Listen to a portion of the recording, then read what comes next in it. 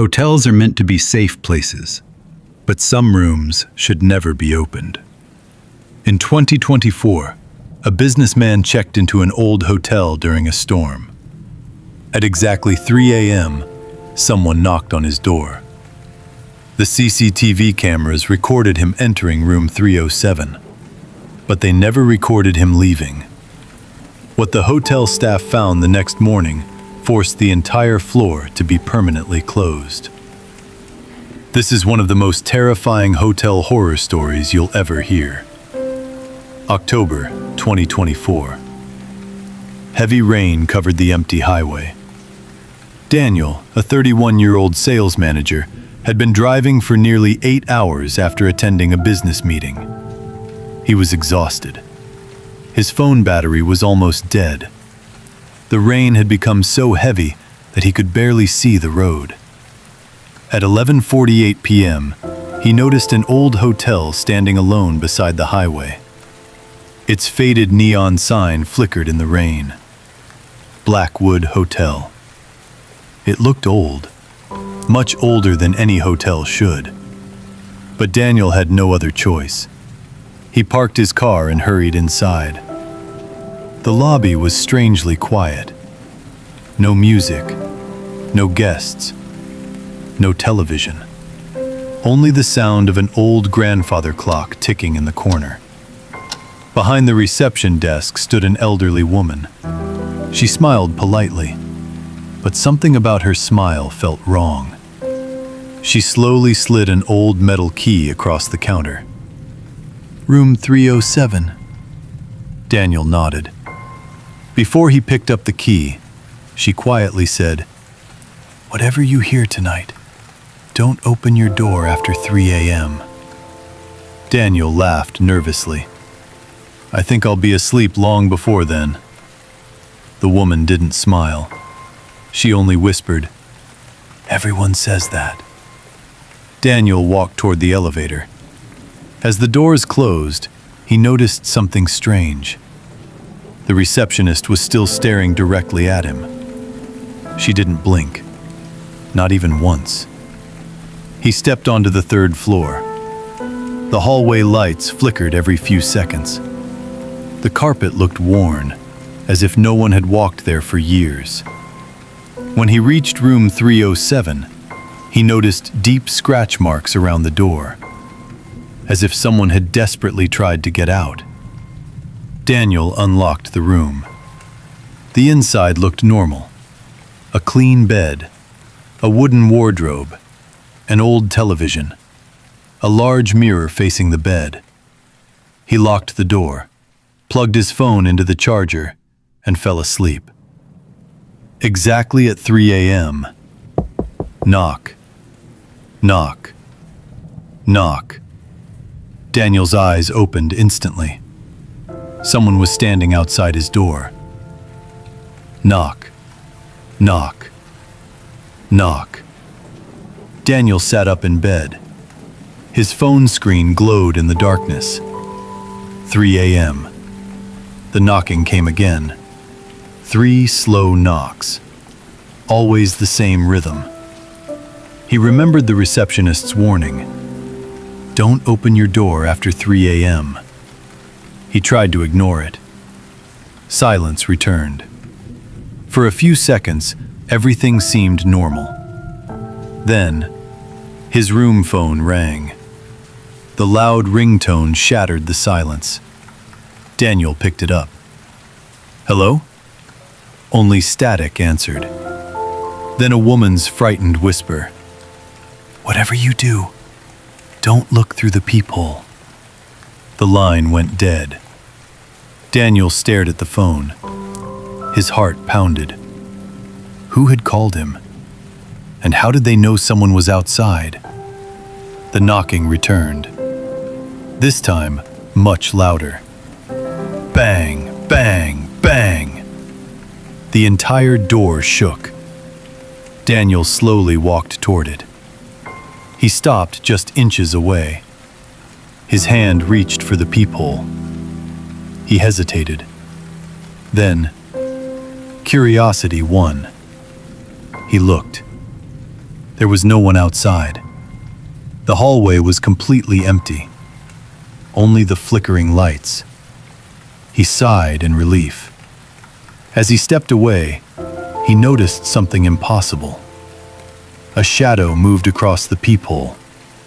From the inside, someone, or something, was standing directly behind him. Daniel spun around. The room was empty. Nothing. No one. His breathing became heavier. Suddenly, the bathroom light turned on by itself. The door slowly creaked open. Inside, the mirror was covered with water, as if someone had just taken a shower. Words slowly appeared on the fogged glass. "Don't let her in." Daniel froze. He hadn't touched the mirror. Then, the shower started running. Water poured onto the floor, but no one was inside. He slowly pulled the shower curtain aside. Empty. Just dripping water. He turned to leave, then heard a little girl laughing behind him. A soft, childlike giggle. He looked back. Nothing. But when he faced the mirror again, he wasn't alone. A pale woman with long black hair was standing behind him. Her face was hidden. Her clothes were soaking wet. Daniel screamed and turned around. No one. When he looked back at the mirror, she was gone. Only one new message remained on the glass. "She's outside your door now." At that exact moment, 3 slow knocks echoed again. Knock. Knock. Knock. But this time, the sound wasn't coming from the hallway. It was coming from inside the wardrobe. Daniel stared at the wardrobe. 3 slow knocks came again. Knock. Knock. Knock. His hands were shaking. Every instinct told him to run. But he slowly reached for the wardrobe handle. He pulled it open. Inside, nothing. Only an old hotel robe hanging from a rusty hook. Daniel let out a nervous breath. Then, he noticed something on the wooden floor. A small leather diary, covered in dust. He picked it up. The first page read, "Room 307, guest log." The entries became stranger with every page. October 12th. Someone knocked at exactly 3 a.m. October 19th. The woman in the mirror smiled at me. October 26th. I opened the door. The rest of the page was covered in dried blood. Daniel quickly flipped to the final page. It simply said, "If you're reading this, she's already inside your room."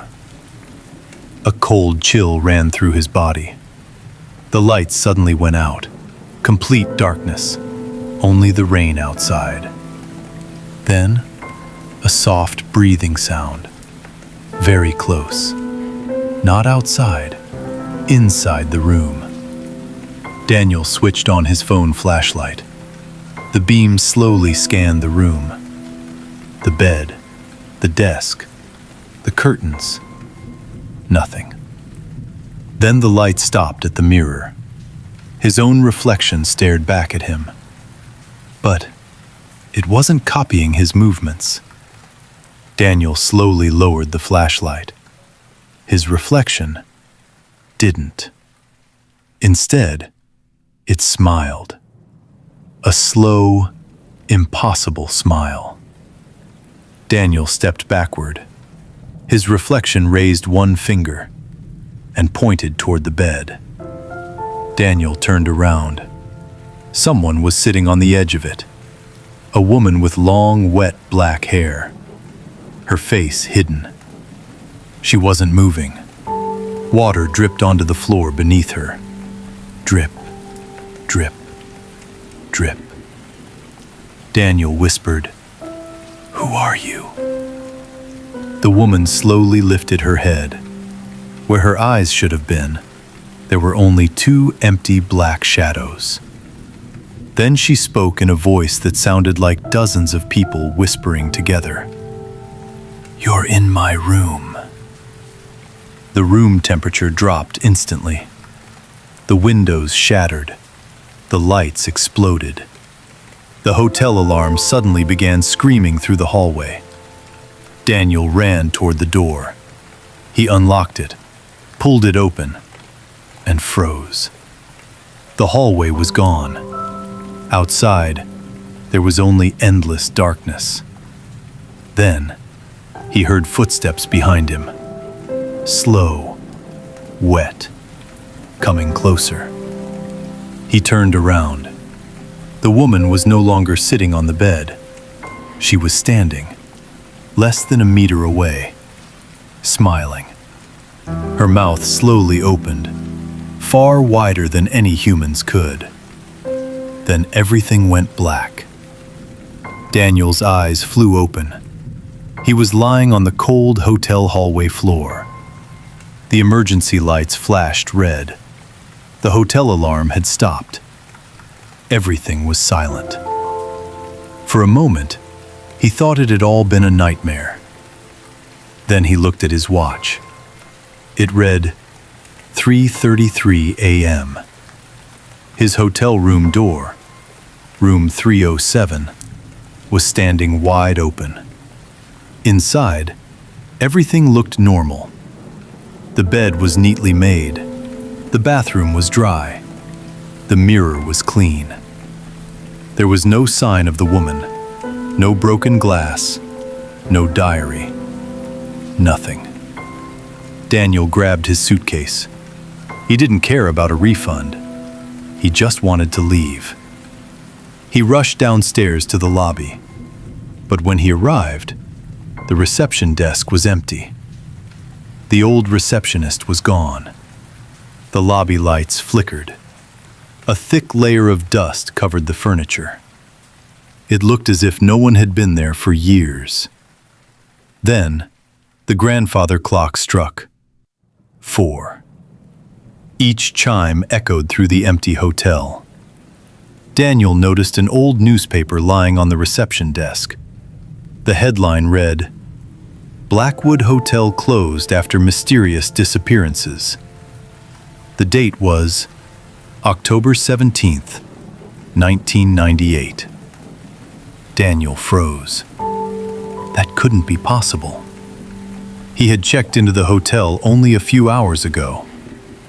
Suddenly, he heard footsteps behind him. The receptionist was standing in the hallway. She smiled sadly. This time, her eyes were filled with tears. She whispered, "You should have left before 3." Before Daniel could answer, she disappeared into the darkness. Daniel sprinted toward the exit. He pushed the front doors open and ran into the parking lot. His car was still there. He jumped inside, started the engine, and sped away without looking back. At sunrise, Daniel stopped at the nearest police station.